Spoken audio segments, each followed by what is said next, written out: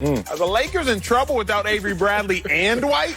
Let me stop laughing. Oh, let me do my job. Yeah, they in trouble. They are in huge trouble. I mean, without even reading the game plan or the scouting report on the Lakers, you already knew that their size was a difference maker for this team. We're talking about they have a 6'8" point guard, basically, in LeBron James. You talk about the size that they have in Anthony Davis, who's 6'11" and could dribble like he's a point guard. And then you bring in a Dwight Howard off the bench, and you're talking about his length and his size and his ability to rebound. And he was doing it at a clip where Dwight Howard grabbed 16% of the rebounds for the Lakers, and that's coming off the bench. But let's talk about how this dynamic really plays in terms of what they're going to do with this void. When you talk about Bradley, and you talk about how he played the game, and you look at the Lakers and their matchups, and I had to watch them with a really intent eye because I was a Clippers fan. 4 of the 5 Lakers' best offensive lineups had Bradley in them. So now you're going to try and substitute that and the size that you lose with a Dwight Howard, who also was in 2 of your 5 best lineups. So I think right now it's being understated how much they were valued with this team in terms of production. It's going to be some hard times going forward for the Lakers to try and replace these 2. Losing Avery Bradley was going to hurt. If they don't have Dwight Howard, it would be devastating. Marcellus's points were very well made about their size and that being an advantage, but it actually goes deeper than that because Dwight Howard, for all that size, was very unique. He is by and far the best screen setter on that team. And one of the plays that LeBron loves the most is to play pick and roll with a big guy and make his guy bang into that big guy time after time after time, or get a switch, and now he's got a big oaf trying to guard him on the perimeter. You don't get that if you don't have Dwight Howard. JaVale McGee is too skinny. Markieff Morris isn't a threat to roll to the rim. Dwight's not only just 16% rebounding, he's their most efficient rebounder per minute, and he's shooting a crazy 73%. He is by far their most efficient player. So for a guy who only plays 19 minutes, and was signed on a make-good contract, when I look at the way they want to play and the way they're going to have to play under these conditions, losing Dwight, they cannot afford to lose Dwight Howard. And even if he comes in late, I think that's going to make a difference because they need to get everybody back on the same page quickly. And clearly, he's not going to be there at the start. Yeah, I gotta come out and say this.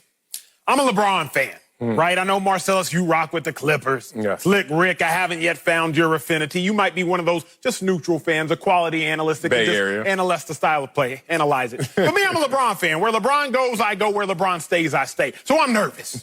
I'm nervous. Right. And I'm going to tell you why I'm nervous. Because you talk about Dwight, bump all the stats, he is still giving you 19 minutes a game. You talk about Avery Bradley, he is still giving you 24 minutes a game. You talk about Dwight, 3rd on the team in rebounds, behind only LeBron and AD. Avery Bradley, he's been on an all-defensive team. The dude's a two-way player, and then you got to sit here and think about the Clippers. They finna roll out here with the Avengers. They just got body after body after body. They have depth. They are stacked. As a Lakers fan by means of being a LeBron fan, you have to be nervous. Because if you've watched LeBron over the course of the last 5 or 6 years, you understand this. LeBron is a beast, but he can't do it by himself. You understand, sooner or later, the body shots after body shots after body shots that LeBron takes, they start to wear on him. So what does that mean? You might need a 15-10 game from Dwight. What does that mean? You might need a 25 or 30-point game from Avery Bradley, like when he went off against the Clippers in that final week of the season before the coronavirus hit and shut down the whole thing. So you gotta be worried if you're a LeBron or a Lakers fan because you understand what the history of that means when LeBron doesn't have any help and he ends up just out there throwing punches until he gets tired and then the other teams come in and pounce. Acho, there's no might about it. The beauty of the Lakers is that they could mix and match, and under these conditions, where in any circumstance, depth was going to be important. But coming back where you don't want to load up on any one guy because you haven't had the normal run-up, depth is going to be more critical than ever. And they're losing 2 significant pieces to that depth. And as you mentioned, The Clippers and a number of other teams, the Bucks, the Raptors, they all have depth, and there's no indication that that's going to be damaged. Here's the one other piece, since you mentioned LeBron, is LeBron is going for a championship and maybe his last best shot at getting one. And you have guys, for whatever reason, are not going to be there.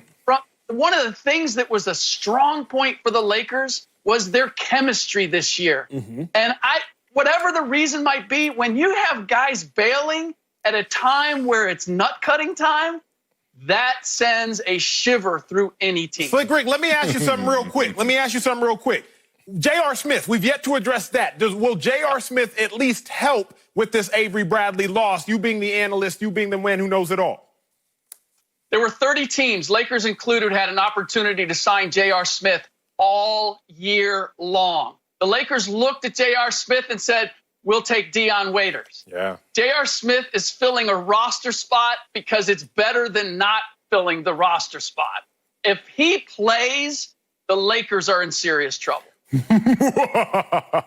That is Clipperville right now, loving life. Look, I hope I'm going to give you guys one. I'm going to just throw you an alley-oop right here. I hope you Lakers fans and the organization, you're not too proud to beg. Don't be too proud to beg, because it's time to beg Dwight Howard to come back. You've done it before, so don't act like you get brand new. Remember this? Golly, I couldn't believe this. After how they treated Dwight Howard the first go-around, they had this billboard not only on Staples Center, but flying through the skies. Please stay, Dwight. Yeah. D12, stay. It didn't work either, did it? It didn't work. So maybe this time it does work because of different circumstances. But please get on your knees and beg for Dwight Howard. If not, your championship aspirations are out the window with him and Avery Bradley gone. Lakers fans, it's time to be nervous.